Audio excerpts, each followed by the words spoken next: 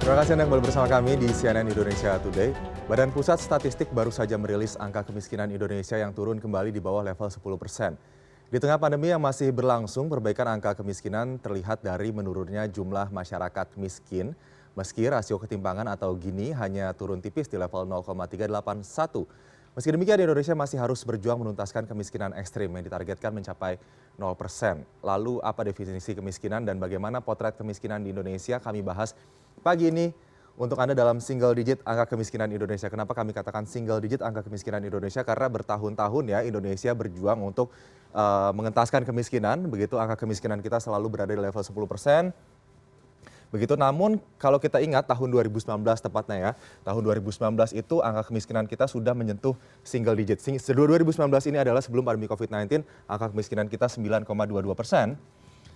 Begitu, lalu akibat pandemi COVID-19, rilis data yang dikeluarkan oleh BPS tahun 2020 bulan Maret dan juga bulan September 2020 tepatnya ya, angka kemiskinan kita langsung naik lagi, melonjak lagi ke level 10% atau 2 digit ya, double digit. Sekarang tahun 2021 tepatnya ya, baru dirilis tahun 2022, angka kemiskinan kita sudah kembali lagi ke single digit, artinya 9%. Nah, begitu. Tapi memang tidak hanya ini saja yang menjadi takaran ya, begitu bahwa Indonesia saat ini juga harus berjuang karena di balik angka kemiskinan, garis kemiskinan ini masih ada yang namanya kemiskinan ekstrim. Kemiskinan ekstrim ini adalah mereka yang berdasarkan penjelasan ya dari kementerian terkait, dari WHO juga begitu, bahwa mereka yang berada di kemiskinan ekstrim adalah mereka yang memiliki pengeluaran per kapita hanya Rp12.000 per hari begitu. Jadi ya let's say sekitar 3 juta per bulan ya. Ya sekitar segitulah ya. Ini mereka ada di kemiskinan, maksud saya ini adalah di Rp400.000 per bulan, itu mereka masih ada di bawah kemiskinan ekstrim. Jadi ada sekitar 10% masyarakat Indonesia yang berada di garis kemiskinan, tapi ada juga 4%. Kemudian ini yang masuk kategori kemiskinan ekstrim. Lalu bagaimana dengan pengertian kemiskinan itu sendiri? Kita lihat di sini kriteria kemiskinan dari Badan Pusat Statistik. Mereka yang berada di bawah garis kemiskinan adalah mereka yang mencakupi kategori-kategori ini ya. Jadi dari berbagai kriteria dari garis kemiskinan makanan, kemudian garis kemiskinan bukan makanan, hingga kita lihat penduduk miskin yang dikategorikan atau digolongkan melalui pendapatan atau pengeluaran per kapita yang berada di bawah garis kemiskinan. Apa yang kemudian dimaksud dengan garis kemiskinan makanan? Jadi garis kemiskinan makanan ini adalah mereka yang tidak mampu mencukupi 2.100 kalori per kapita per harinya, begitu ya, untuk satu orang. Kemudian untuk garis kemiskinan bukan makanan, tentunya ini bukan makanan yang terdiri dari bagaimana mereka kesanggupan untuk mencukupi kebutuhan lain selain makanan, seperti sandang, papan, begitu. Kemudian juga pendidikan, kesehatan, hingga informasi, begitu. Pemenuhan teknologi tidak mampu untuk membiayai kebutuhan tersebut.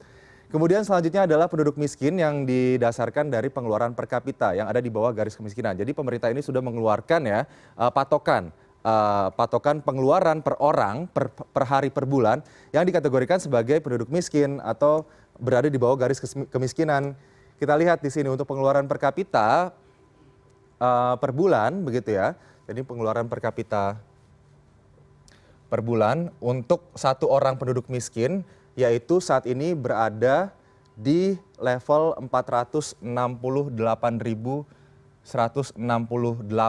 begitu. Jadi artinya kalau di sini ada kepala keluarga, kalau rata-rata 4,5 anggota keluarga di Indonesia saat ini, jadi rata-rata anggota keluarga miskin itu di Indonesia ada terdiri dari 4,5 orang rata-ratanya begitu ya. Jadi garis kemiskinan nasional yaitu sebesar 2.187.756. Jadi jika ada satu keluarga yang terdiri dari let's say 4 orang, yaitu ayah, ibu, dan juga 2 anak misalnya, yang kemudian pendapatannya ada di bawah angka 2.187.756, itu artinya ia berada di bawah garis kemiskinan. Tapi berbeda dengan angka garis kemiskinan di DKI Jakarta, yaitu sebesar Rp3.425.099. Artinya pengeluaran per kapita per bulannya, per orangnya, yaitu Rp715.000 begitu ya. Jika diakumulasikan, yaitu tadi dengan satu orang ibu, satu orang ayah, 2 orang anak begitu, jadi satu keluarga itu hanya memiliki pendapatan atau pengeluaran sebesar ini berarti berada di bawah garis kemiskinan. Tentunya pemerintah juga sudah mengeluarkan berbagai cara ya, berbagai jurus lah untuk kemudian mengentaskan kemiskinan di Indonesia melalui berbagai program bantuan sosial, kemudian program keluarga harapan begitu ya. Kemudian juga jaminan kehilangan pekerjaan, begitu banyak sekali yang dikeluarkan oleh pemerintah terutama di dalam pandemi COVID-19 ini tentunya untuk menekan angka kemiskinan kita yang kemarin sempat menyentuh double digit sekarang sudah kembali single digit. Kita lihat kemudian, nah ini dia grafik bagaimana angka kemiskinan di Indonesia yang kita soroti dari tahun 2019 sampai 2021 Maret dan September ini adalah 2 waktu di mana BPS melakukan ya penelitian data, melakukan perhitungan data begitu.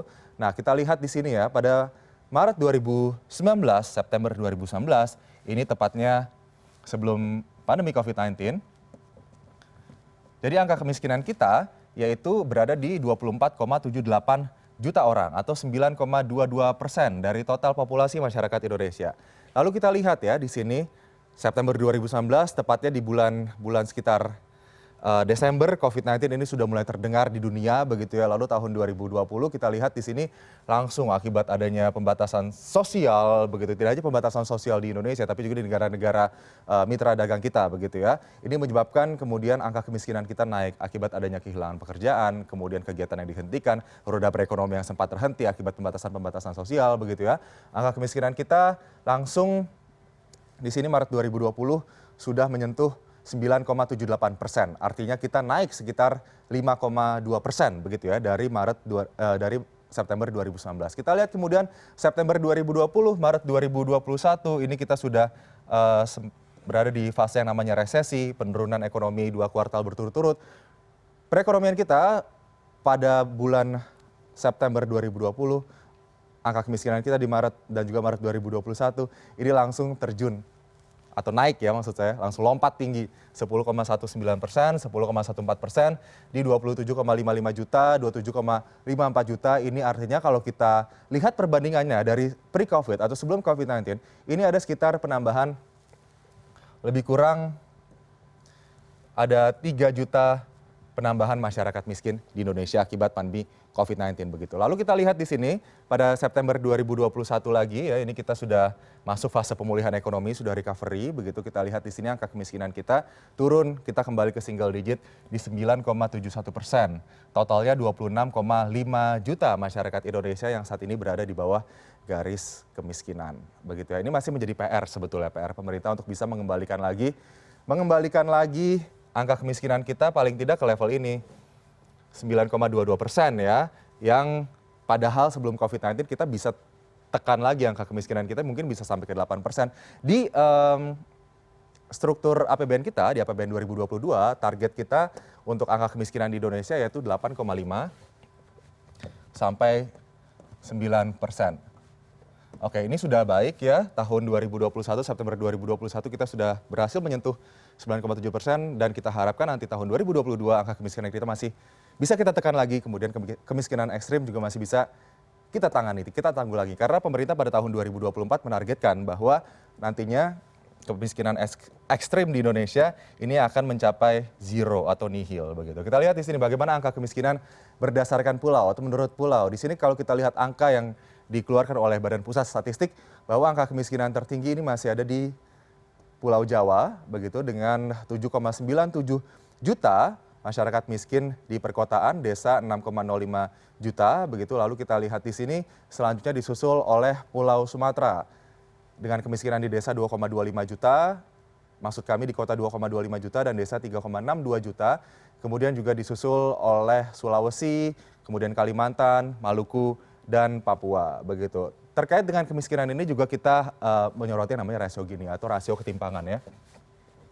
Jadi rasio Gini kita juga saat ini turun, tapi turunnya hanya tipis saja dari 0,384 menjadi 0,381. Nah ini artinya apa? Jadi rasio Gini ini adalah ketimpangan.